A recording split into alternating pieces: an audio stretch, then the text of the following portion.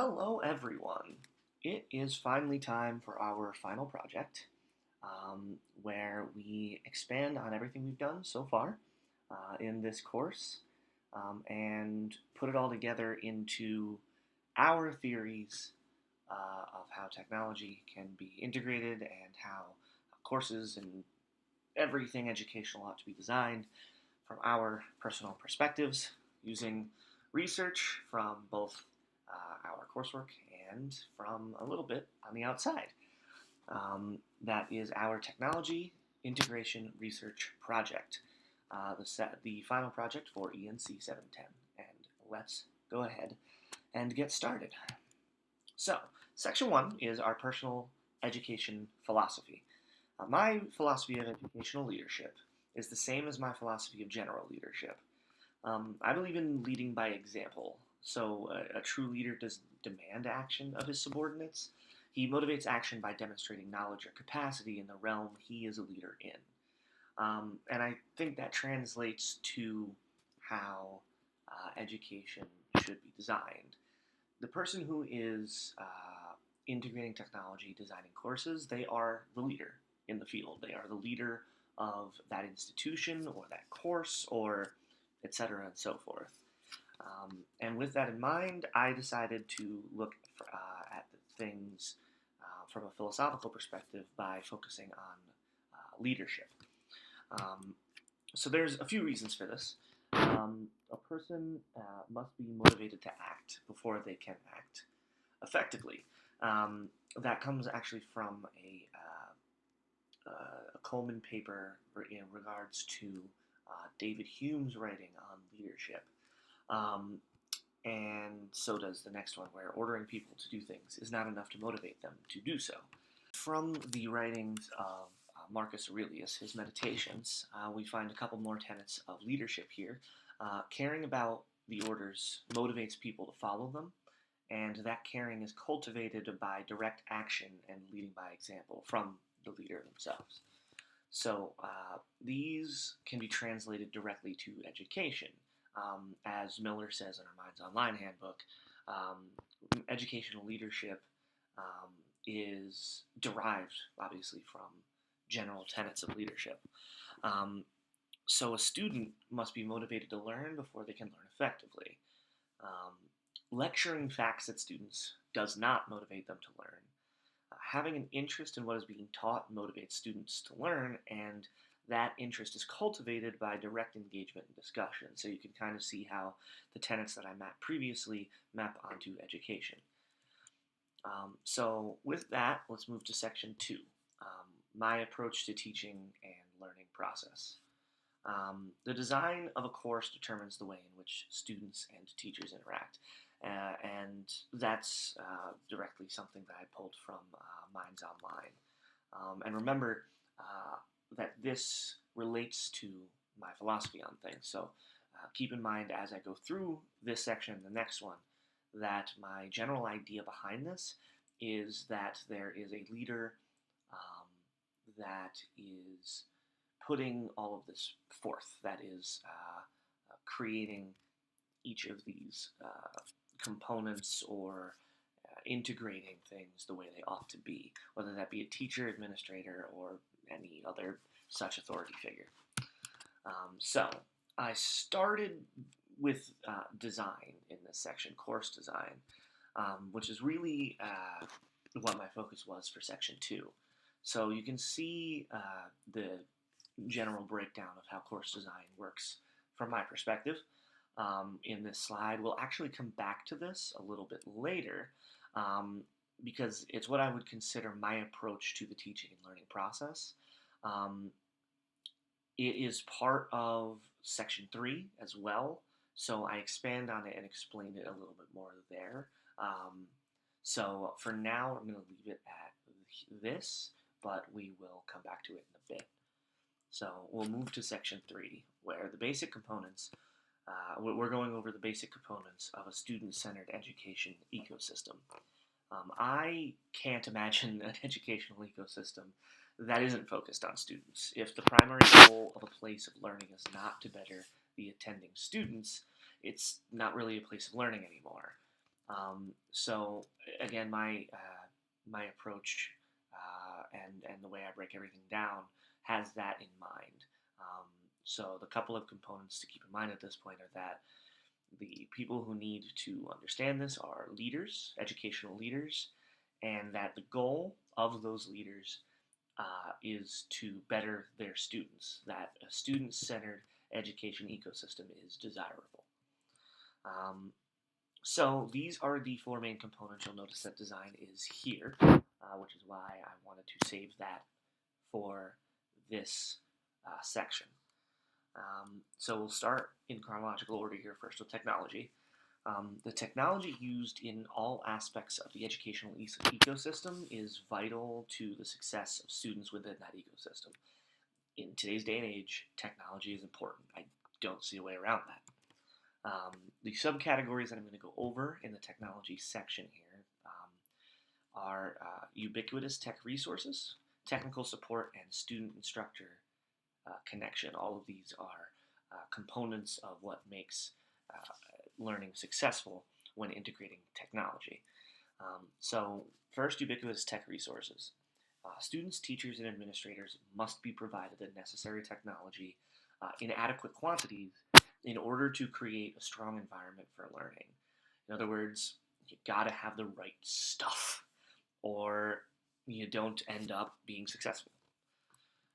Technical support. Sometimes those things, that stuff, it breaks. This is an unfortunate inevitability anytime technology is involved, and as a result, there must be available support for technical issues to make sure students are not prevented from doing their work. Again, student-centered, so that's where I'm focusing my attention here. Even if a faculty, staff member, or somebody that isn't a student needs technical support, the reason why we ought to offer that, the reason it is necessary to do so, is because students cannot learn in an environment where things are broken for the people who are supposed to be teaching them. The student-instructor connection is also super important. Obviously, you need to be able to talk to your teacher. So the technology used must allow instructors and students to communicate. Courses hosted online still need instructors, and that means to interact with those instructors.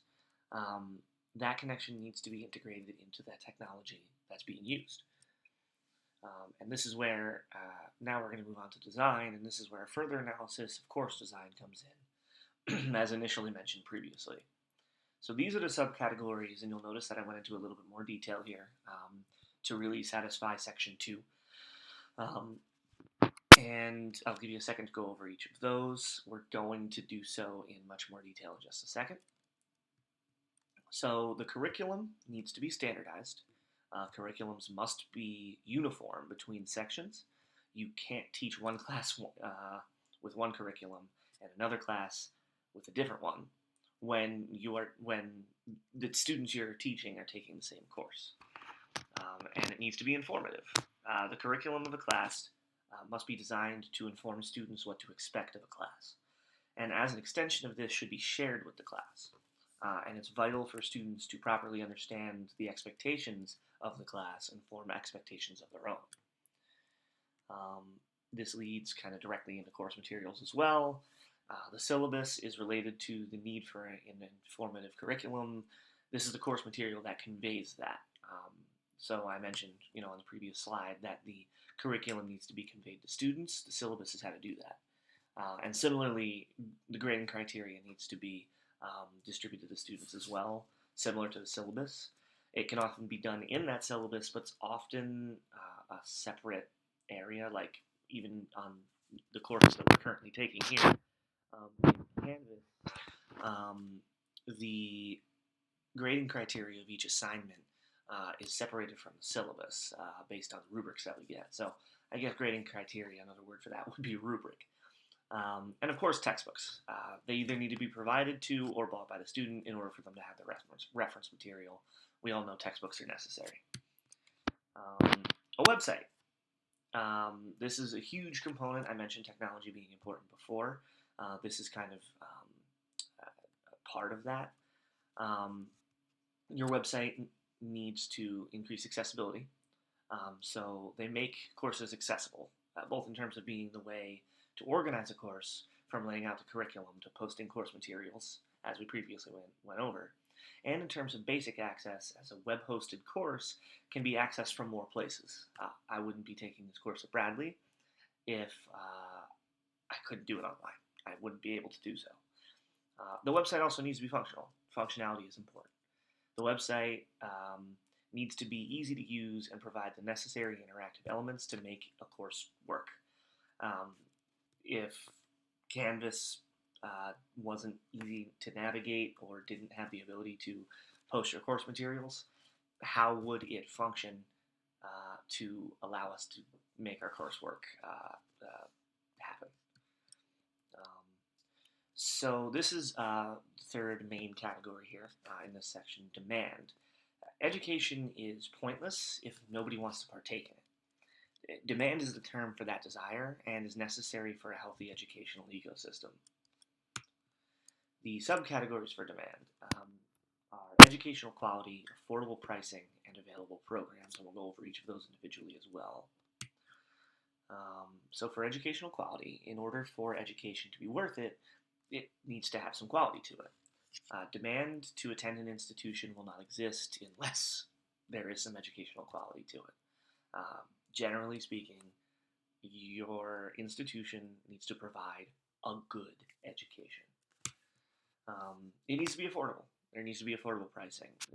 Demand is increased if the education received can be administered at a reasonable price.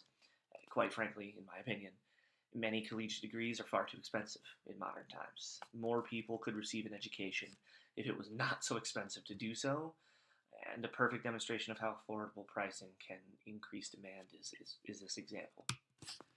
And available programs increase demand. A student will only want to attend an institution if the program they want to be a part of is available. If I want a psychology degree and there are none at the school I'm looking at, I'm not going to go to that school. I will pass on that school.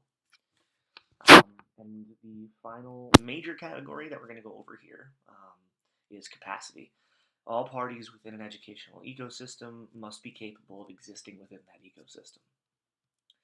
The subcategories for capacity are willingness, acceptance, and a learning curve. So for willingness, an individual is only as capable as they want to be. Without a willingness to learn, teach, or anything in between, it is impossible to participate in the educational process.